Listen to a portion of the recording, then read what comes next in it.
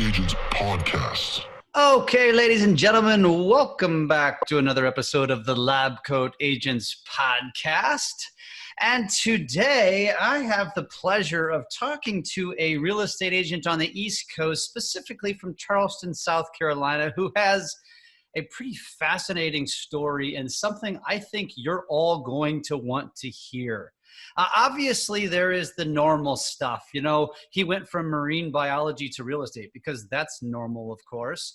And he has grown a big real estate team, and he has now since evolved it into other ventures, which I think all of you are going to be very interested to hear about, because I think a lot of the reason a lot of us get into real estate is for the freedom, whether it's freedom of personal time, which, by the way, this guy has an amazing lifestyle that he leads that he's going to share with us, but also it affords you the opportunity to go after other aspirations and do other things and create other businesses, because you know, there's a lot of things that come out from an ancillary perspective in real estate.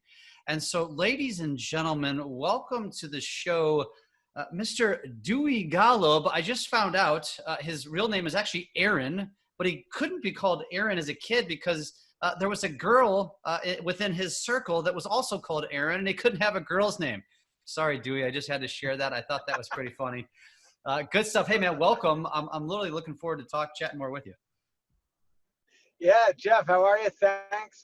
Love being on the podcast. Like I said, snafu in today's schedule has me in the truck, but if I keep talking and the camera stays on me, then everybody will be able to go over the Ravenel Bridge into downtown historic Charleston, South Carolina, and over Charleston Harbor. So if you can see this out my roof or out my window, we're about to go over one of the prettiest harbors in America, where we sail and fish and live our great saltwater life here in Charleston. Sounds pretty amazing. What a bonus that all of our listeners got today. That's very, very cool. So Dewey, you know, as is always the case with most of our guests, I make the assumption that most of our audience may not know who you are. So why don't you first off spend a little time telling us kind of how you got into real estate, first of all, from marine biology, because that's obviously not a natural segue, but then also kind of what led you to where you are today, and, you know, living the life that you do. Yeah, so oddly enough, marine biology got me into real estate. Marine biology got me down to South Florida to do sea turtle biology and be a dive master. That got me into yachting. Lauderdale is the yacht capital of the world. I got on large private yachts for 4 or 5 years after college, and was doing a transatlantic, and the first mate's father and best friend came, and the best friend was a real estate developer from San Diego. And after watch switch, I would stay on and take notes about his life as a real estate developer. And I decided there and then that it was real estate for me. And about a year later, I left our boat in Italy in the Med, and I came back to Charleston. I'd seen the world. This is where I wanted to go back to. And I got into real estate full time. That was about 16 years ago. And I've been in real estate full time ever since, mostly in residential, but some commercial, some project management, some project restoration, luxury, site agent, and now Keller Williams sales team builder and leader for the last 8 years of Found Properties Group. Awesome. And how big is your team today? Yeah, a little bit of flux because of COVID, a whole bunch of different stories in there. But if you were to take it pre-COVID, we would have been at, or we're at, 8 salespeople, 4 admin, trending at 102 million in volume. Our average price point is $375K. Our market average is $258K, and I think that put us trending somewhere just north over 200 sides for the year. And so that was us pre-COVID, and now a couple things are in flux. So I don't watch the CSU board quite as close. I'm more just keep everything paddling in the same direction. Awesome. Awesome. And before we get too deep on any one topic, you know, obviously real estate's one thing, but you've also mentioned you've got 2 other legs. So 3 total legs of businesses operating right now. What are the other 2?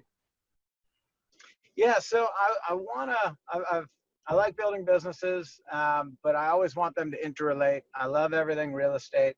So the main business is the residential retail sales team at Keller Williams, which we just talked about. The next most important part of that business is what I call our SFI business, our single family investment business. From the outside, that looks like a direct to seller wholesale. And what that does is it creates cash flow through assignment fees. If the opportunity is right, we do the assignment to one of our flipper clients. I'm not a big flipper guy. It's not my favorite use of my hours and time or energy. So then they can relist with us. We get great listings back, which create great open houses, which create great sign calls, which create great marketing material. Or the real first focus of it was as wealth creation. So if it's a good BRRRR opportunity, if everybody's familiar with BRRRR, the BRRRR strategy, that is wealth building for the team members. So if you've sold more than 10 million in the trailing 12 months, or you're an admin that's been there for more than 3 years, we'll line one up for you. You know, we'll get it teed up. We'll do the inspections. We'll clear the title. We'll have the contractors ready to roll. And if you want it, you can take it. You sign for the debt. It's all yours. It's not any of the like golden handcuff stuff where we stay in it together. And so that's the SFI, the single family investment business. And of course, it just comes up with a lot of wholesale style listing leads. And then the third one is newer. Day one of COVID, we bought the Matterport Pro 2 camera just for our own listings. And I said, man, you know, everybody's got the content, but nobody's delivering it very well. Let's put together a little tech stack to deliver it well. Hired some great offshore people. I've got a post-production film student in Prague that does our Matterport stuff. And then a great tech company out of California is how we deliver it. And I see that as the future of driving leads to the team and to the agents through great content. So I'm sorry that was long-winded and a mouthful, but those are the three legs to the stool that all support each other. That's interesting. And I have a question about the latter there with the Matterport. And so, I mean, make it sound so simple and so easy. But I think one of the questions I would have, as you know, obviously we all have ideas, but executing on them is another story. And in your case, you know, obviously the execution was using other resources. And so you mentioned using a student in Prague. You know, how do you go about finding something like that? And I imagine you probably got them on a hell of a rate, probably similar to a VA. So tell us a little bit about that. Yeah, so he's ultra talented, and I didn't want to make it too long-winded. He's actually not a student anymore. He graduated from film school. He was producing television commercials. His business went down with COVID. I found him on Upwork. You know, I was just using some key terms like Matterport and post-production and video fly-through. We created a great relationship. He's 6 hours off on us, so it's perfect. So we'll do a Matterport during the day. We'll get back to home base, or 2 or 3 during the day. We'll get back to home base. They take a while to upload. Then Matterport takes a while to process them. Generally, by the time he wakes up, and we have a schedule so he knows what's coming his way, by the time he wakes up, they're ready, and he rock and rolls, and it saves us time. You know, the rate is phenomenal, and his talent is through the roof. I mean, he's a real graduated film developer who had a real job. So yeah, that's one part of what we put together to deliver the content better than other, you know, nobody was really delivering the content. They were just giving you the raw material. Right. Well, that's awesome though. I mean, but that's, you said Upwork is where you found it. And I think that's probably one of the biggest key takeaways here is that there's so many opportunities to find help to do these things so you're not spending the time in it, right? So you're delegating it out, and you know, you don't even think about that. Most of us think about VAs in the Philippines. We don't necessarily think about something like this. And as a video guy, which I am, I've never thought, I actually have a couple of VAs in the Philippines that do stuff for me, and I've never even thought to look anywhere else. And so I learned something, if nothing else today, Dewey. I appreciate that. Awesome. And I'll tell you what, with these guys in Eastern Europe, they're so tech savvy, right? They're so intelligent. They're so hardworking, and there's no language barrier. I mean, you know, we've got some VAs in the Philippines, and we've got a couple that have been with us for years, and they are so good, and they work so hard, and they are so meticulous, but it's difficult to have an abstract, creative conversation. Yeah, that makes sense. And many times for myself, I'm finding myself correcting grammatical errors and things like that. They're good for the most part, but yeah, you're right. That's the language barrier certainly creates some challenges. So, all right, before we go deep into go granular on real estate strategy, I think it's important to understand. Again, and I mentioned this in your intro about why I think most real estate agents or real estate professionals get into real estate. It's for the potential freedom. And the reality is most get into it, and that freedom equates to a lack of success because they just aren't very disciplined and they can't control their time very well. However, for those that get into it and are very successful, make tons of money, but have no time to spend it, I think that's the person that wants to hear this message, which really is going to be everybody, about what you were telling me pre-recording about how your year goes from a lifestyle component. So let's share with the audience what you do every year. I think this is fascinating. Awesome. Thanks. Yeah, so I'm a creature of habit, and so I've created a schedule that myself and my family really enjoy. We've got currently a 4-year-old son and a 7-year-old daughter. And so if you started around New Year's, you'll find us on a week-long ski trip out west. And then I'll go on another ski trip out west. I grew up in Vermont ski racing, and that's going on its 15th. Next year will be its 16th year that I run with a couple other guys. There's generally about 10 of us that go. And then my wife will go on a girls' ski trip, and then the whole family will go on another ski trip, and that'll be for spring break. And that leads us up to about June. School lets out. We let the kids decompress for a week, and then we go to a house that we rent, the same house in Costa Rica.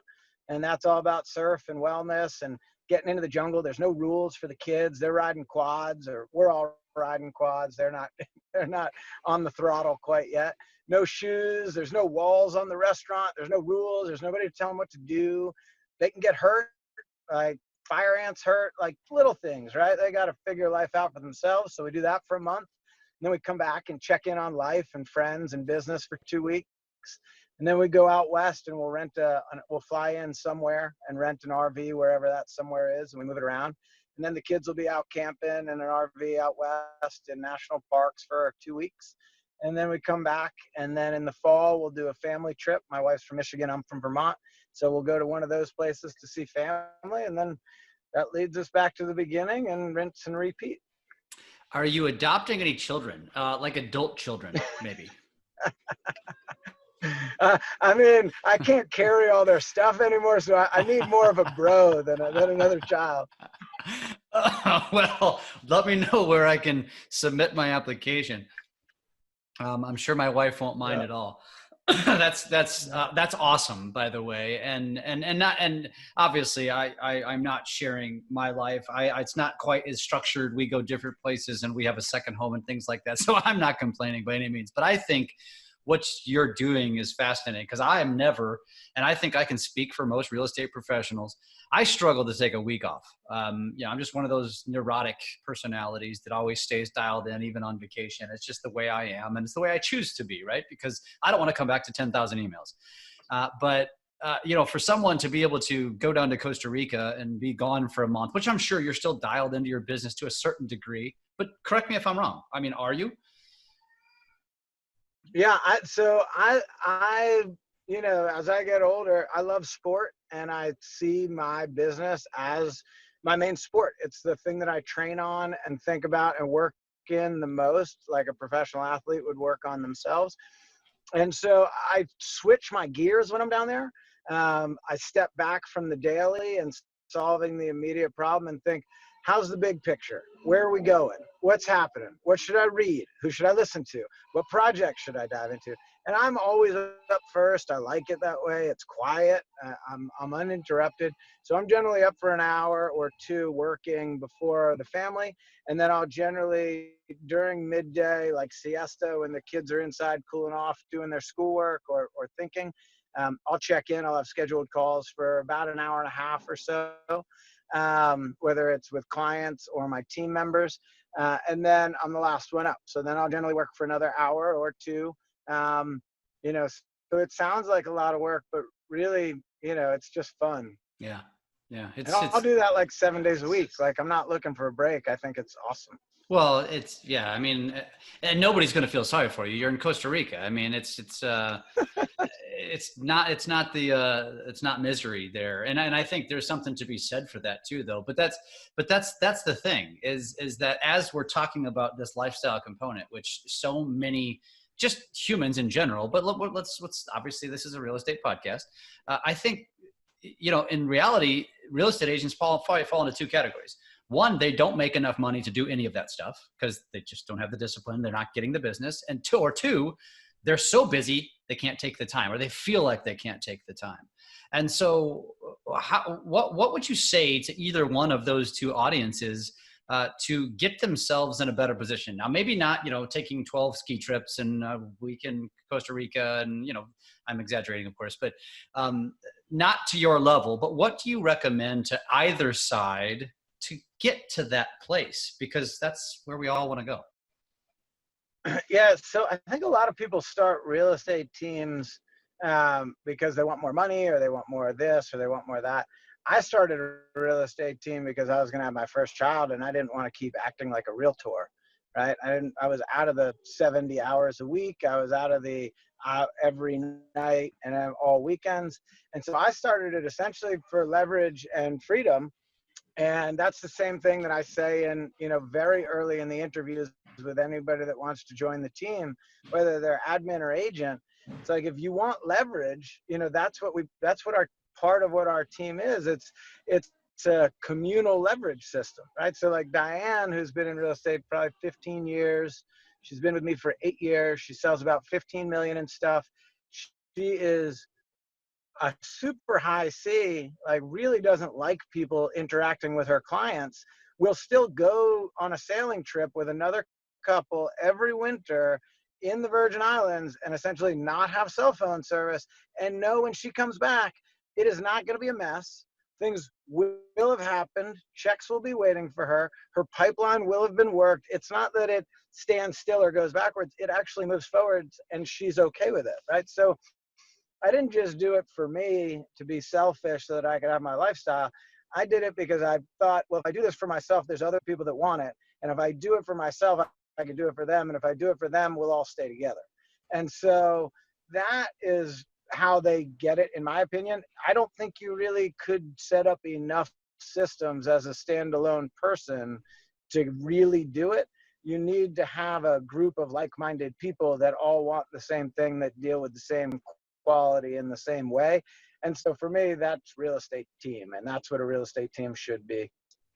That's good. That's fascinating. So a question that I think a lot of real estate teams run into would then be retention. Because I think, there is a perception, whether you like it or not, that if you're the team leader and you're gallivanting across the world, they're going to look at that and there's going to be a sense of envy. There's going to be a sense of animosity. There's going to be a sense of, I'm making you money and you're not doing me jack squat. So how did you overcome that? How do you create that loyalty or the sense of just wanting to work for you essentially? Or is it more of a with?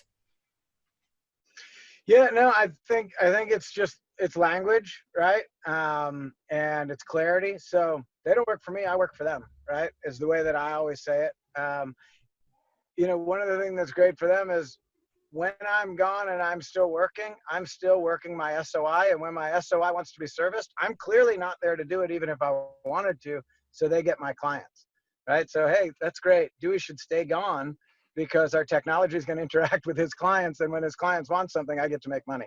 Yeah. So if you boil it down to the most selfish economic reason, they'd rather I'm gone so that they can have my business. But the reality is, I do it so that they can do it. It's set up so that they can do it. And then, I think they could only feel negative about me if the team wasn't delivering on whatever promises we made them. And they can raise their hand and say, lead flows down. This admin's, nobody's watching this admin. They dropped the ball on my deal and now I have a problem. What else could they really say? Like, hey, we're out of yard signs and nobody noticed. Right? Like, I mean, they have everything that they were promised and more. And so I've actually never heard, I can't believe Dewey's gone again. And then I'm always there, especially now in the new normal with Zoom. It's like, if anybody's there participating at a high level at 8:29 on our stand-ups Monday, Wednesday, Friday, or our Monday morning meeting, or this training or that thing, it's always me, right? Like I'm there and I love being there. Like it's, you would think that if I'm in Costa Rica and I could go surfing that day and then be at yoga in the afternoon with my wife, that I wouldn't be so jazzed up about a team Zoom. But I am so jazzed up that I'm in Costa Rica and I get to be on a team Zoom. Right. Maybe one day it'll be an inconvenience, but right now it's like, holy shit, I can't believe it happened. Yeah, it's the best of both worlds though, but one creates the other, and vice versa really. So it's the right attitude. I don't care who it is. That's the right attitude. And that's why you're successful. And it's pretty damn awesome. If you ask me. So when obviously it probably didn't start this way though. I mean, when you built this team and you and I talked about this again, pre-recording, we're not sure which rabbit hole we're going to go down, but I think we're on that real estate team because I think it's that team that has created the lifestyle, right? It's if you were doing this on your own, you'd be working 70, 80 plus hours a week. And so, for you, and I have this conversations with other guests, I haven't in a little while. So it's good. It's good to bring this back in. What was that turning point for you? Was it the amount of hours? It was the child, right? It was your 7-year-old daughter. But what started it? Was it an admin? Was it a buyer's agent? Like, what were your next steps when you were building your team? Yeah. So, I started with a coach. So I had a coach before I tried to do anything. So I hired a third-party coaching company because I wasn't at KW yet. And so step one, it was hire the admin. So they gave me the missing persons report for the admin. They gave me all the content for the ad, where to place it, how to interview, the whole jazz. Got very, very fortunate. This was like still deep in the recession. So there was talent out there. And so I picked up somebody that had essentially been doing that for 15 years at a different KW up north and had come home. So I got very fortunate there. So my first hire was an admin, and that was a game changer. And so she really cleaned up my business and made me more effective. And then my next hire again was just lightning from the sky. It was Diane, she was my first agent and she's still with me. And it was Craigslist, and I had no idea what I was doing. I didn't know how to hire. I didn't know how to lead. I didn't know how to train. I didn't know how to do anything. But she had just moved to town and she didn't know anybody. And I had a huge book of business that was a total mess. And so between Jerry, the admin, and Diane, the agent, like all of a sudden it started to pull together pretty quickly. But it was a key admin hire and a key buyer agent hire. And then it was a rocky road for a very long time. And then the next big turning point was when a different coach made me swear to never take a buyer again. And so that was the next big turning point, is when I gave every buyer away to people on the team. There was a caveat, like if it's so unique that Dewey has to do it, then we have to assign an agent to shadow him so that they can learn it, so that it's not unique anymore. And those were the admin, the buyer's agent, not taking buyer clients any longer. Those would be, for most people, without getting down like really more specific high level org chart hires, those are the 3 tipping points. Awesome. And so, and today, what's that? What was that? In my mind. In your mind. Got it. In my mind. So, well, that's good. And honestly, it's almost in a way simplistic, which is good. because it's not as complicated as I think a lot of people make it out to. I think a lot of it just is a matter of letting go of control, which clearly you don't have that problem. But I think that's probably the biggest caveat holding a lot of agents back is, well, they're not going to do it as good as I do it. And so I assume that's something that was that ever a concern for you, or was that easy to navigate through? Yeah. Luckily Diane was there, and at this point she does it better than me, so that's easy. But there was a lot of, what really bothers me more than anything is the client experience, right? When you pass off somebody you care about, or just anybody, and you didn't train somebody well enough and they had a subpar experience. That's really what kind of hurts me more than anything. And it's just hard to get around that. It's difficult. It's not hard. It's difficult to get around that. I think it's being disciplined enough to make the people shadow you long enough where they understand what the experience and the expectation is, and you being the leader, being disciplined enough to know this isn't working, this isn't a good fit. I know I have a bunch of time into it, but it's not going to get better. I've got to cut this one loose, or else it's just a bigger problem for my organization and my clients down the road. I love it. I love it. And we've kind of talked about the secret, if there is such a thing, to retention, which, correct me if I'm wrong, but I think it's partially you lead by example, regardless of where you are in the world. Literally, you're present, but also it's creating opportunity for your agents, right? That seems to me like it's a big key to your retention and success. Is there anything else that you would add to that, or add on top of what I just mentioned? No, I think you got it. I think I was under, unfortunately, a false expectation up until COVID really tested it, that culture and growth, personal growth, really would play a huge part of it. And at the end of the day, I think that for a lot of people that vault themselves out to the front, it's not fair to the people that they wind up leading to think that everybody was built the same or wants the same thing or is going to do it quite as hard. And so I think that's something I could share. That was a false expectation that I had and was under for a very long time. I think it really does, for better or worse, boil down to exactly what you said, which is opportunity, right? I mean, it's work, for some people it's passion. For me, it's passion. For other people, it's work, right? I just know that if I follow my passion and have a great time with it, there's going to be plenty of money. So I'm not worried about it. But a lot of other people it's work. It's just money, right? So the first and most important thing is keeping the money safe and secure, making sure that the deal flow is there, making sure it's not going to be interrupted. What I allude to is I was there for the last recession. And so when COVID started, I told everybody, hey, recession's here, like buckle down. You're going to have to work twice as hard to make, half as much for a little while. And then a lot of realtors will shake out, the business will shift, and it'll become a buyer's market, not a seller's market. We're prepared for that. We have strategies and we know what to do. And I scared them because a lot of them were young and hadn't experienced a real estate recession, and the sky didn't fall and real estate got super easy. And now there's multiple offers on everything. And like real estate's so great. And it's like, all right, well, that's not going to last. So I'm not going to be wrong forever. I was just wrong for 120 days. But unfortunately, 120 days from now, I don't think I'm going to be wrong. And, it is what it is. But, growth mindset and passion and culture didn't carry some people through that. What would have carried them through is like, hey, everything's going to be great. You're going to make tons of money, which is true. That's what people are doing right now for a short period of time. Yeah, exactly. So you mentioned the word culture. That's kind of a word that can be used very loosely and means so many different things to different people. But as a team leader or as somebody who runs a brokerage, I think I believe, because I run a big team as well, I'm curious, what does culture mean to you? Yeah, I think in all the years of studying teams, and I love to study teams around the nation, not just locally, because we don't have that many locally.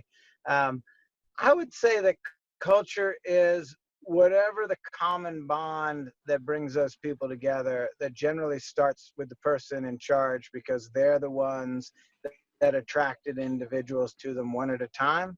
And then that group of individuals has some commonality that makes like-minded people want to be together.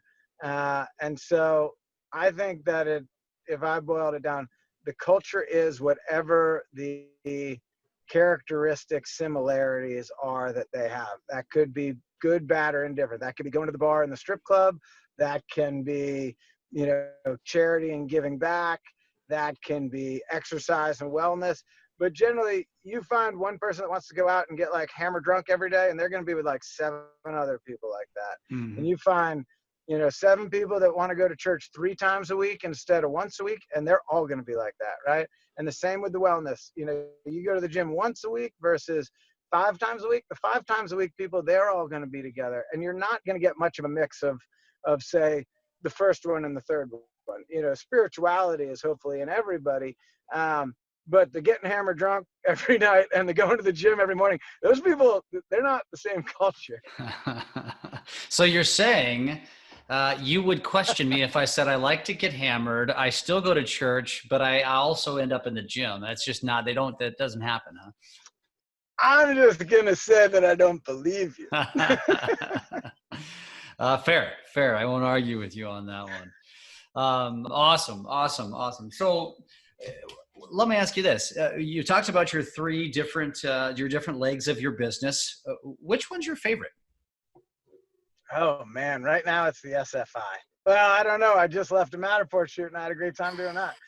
That technology to me is like mind-boggling. Let me ask you the question a different way. You have to eliminate 2 out of the 3 businesses right after we hang up this call. Which one are you going with? I'm going to stick with Found Properties Group. I'm going to stick with my baby because it's my connection to the community. It's a big part of my identity. It's how I stay in touch with like a really large social circle. It's how I serve the people that, after 15 years, I've helped people like make a lot of money. People that have like regular jobs that are not going to make a lot of money, I help them make decisions and stay safe. Yeah, moving over to real estate. Well, and the beauty of the question that I just asked is it's obviously not going to happen because you have made the wise decision of finding side businesses that basically feed back. Like the second business, with obviously the properties and whatnot, it's because you don't want to get into flipping. And so it's just a natural thing, but yet it creates opportunities for you. It's again, not rocket science, but yet brilliant all in the same token. You know what I mean? The Matterport thing. I mean, just having that vision, right? I mean, I started doing video 4 or 5 years ago as a way to differentiate myself, and turned out I became the expert. Before you know it, I'm thrust onto stages teaching it to the entire world, the entire country of real estate agents. And it's funny how things like that happen. You bought the Matterport for your business, but it's just kind of thinking outside the box a little bit. And I think that's one of the messages I want to get through today is that, as a real estate agent, if you can follow the Dewey Golubs of the world and create a business that is self-sustaining, right? That can run itself because you were a successful agent first. That's very key and very important. You can create so many opportunities, not only opportunities to create more money-making opportunity, but also lifestyle opportunities. It's you're a fun guy to talk to because it kind of makes me reset a little bit and think, damn it, I need to be in Costa Rica for a month. And I'm sure I'm not the only person saying that right now. So, I mean, I think it's absolutely fascinating. So, all right. So then let me ask you this. This is maybe a little bit more of a personal question. Of the 2 side businesses that have come from real estate, do you see those as being, long-standing careers or long-standing businesses that will actually maybe outperform from a revenue perspective your actual real estate business? Yeah, I'm positive that SFI will, that the investment company will outperform it. It's just tremendously more controlled and scalable. It's real, so that for sure. There was a hot minute in like the first 60 days of developing the Matterport services company that I thought it would, but I don't know if I'm going down that path. And I say that I thought it would. I think if I chose to develop a services company, I think if you think about the number of people that had access to a digital camera 15 years ago, it was very few. And you think about how much digital imagery there is now, it's 100%. And I think the same thing will happen with that digital imagery moving to an interactive platform. But I don't think that everybody out there that wants to have a bit of that content wants to buy a $3,000 camera and learn how to use it and then figure out what to do with the stuff. So I think that pretty much everybody will have a need for that. But I don't think that I'm that passionate about that. I think I'm more passionate about how you use the content as the new lead generation and marketing platform of real estate, because it's no longer a black and white thumbnail in the newspaper. It's no longer a postcard. It's no longer the telephone. It's no longer SEO for pay-per-click. You know, the numbers, I don't, but it's something like, there's 4 million leads and 1 million sales. And so I think it's the new, but I think to answer your question, it's the investment company. And the whole premise of the investment company was actually to just do buy and holds to create wealth so that I'd have a retirement package and a legacy to give my children. So that one's definitely going to run the longest, because I'll do that until I die. Because that's the whole point, is to die with as many of those little monopoly houses to give to my kids as possible. Yeah, I love it. And honestly, the reason I asked that question or brought that up was because, that's the opportunity that's out there for so many real estate agents that is right at your fingertips. I mean, you're creating, there is no other industry or no other professional or human being in any other industry that has the inside track like we do as real estate professionals to doing something like you're doing. And, if this touches one person and they're like, damn it, you're right. Why am I not doing that? That makes no sense. And we talk, we interview, investors all the time. And the question is always like, they always say to me, it baffles me. And a lot of these times they're not real estate agents. It baffles me how few real estate agents get into investing. And it's true. It's like, what are you guys thinking? You have first access. You have inside access.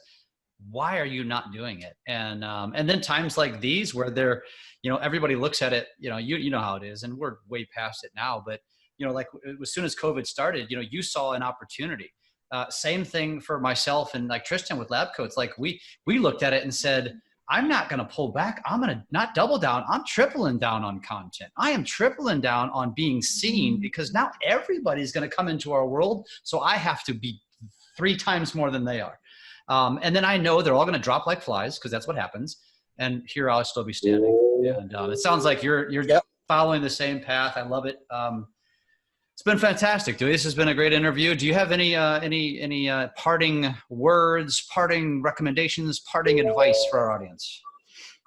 I want to say, and I guess, I've listened to a little bit of your stuff, and I've watched a lot of your content, or even R&D'd your content over the years.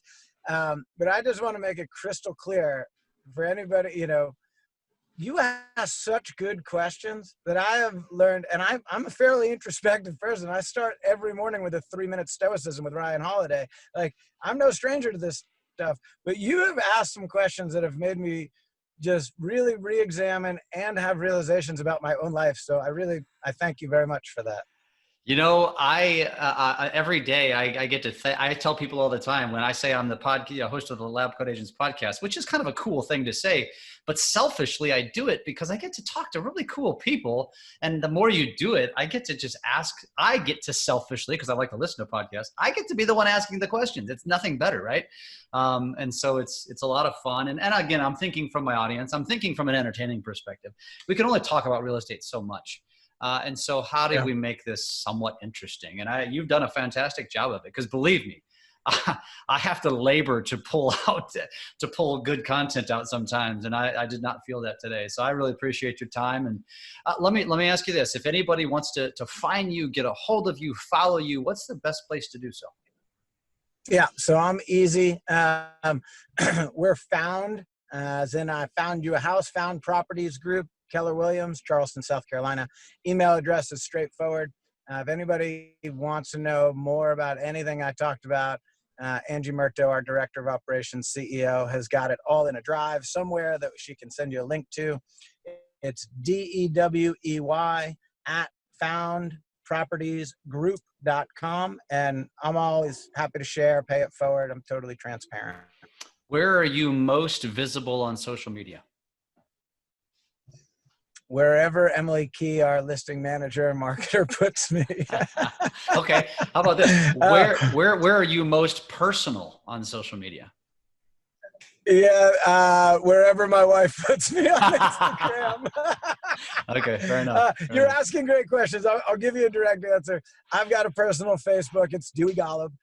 We've got a team Facebook. It's Found Properties Group. We've got a team Insta. It's Found Properties Group. And then I've got a personal Insta. It's Dew Manchu. Cool. And I think that would be it. I'm not on TikTok yet. I won't harass you for that then. You'll get there. You'll get there soon. I have teenage daughters. I have an advantage. But as soon as your kids are a little bit older, you will find yourself immersed in that tech. If you're a tech guy already, I can already tell. So you're going to find yourself, whatever the next TikTok is, which there'll be something. I guarantee you'll be in it. Well, good stuff, man. I appreciate it. So again, it's the email is dewey@foundpropertiesgroup.com. Otherwise, you can find him on Facebook or Instagram. And we can all tease him for not being on TikTok. Or you can say, see, I don't have to be on TikTok. Here's Dewey. Either way, brother, I appreciate your time today. It's been fun getting to know you. And let's definitely stay in touch. And I appreciate all the kind words as well. Thanks, Jeff. Have a great day, brother. All right, man. You too. Take care.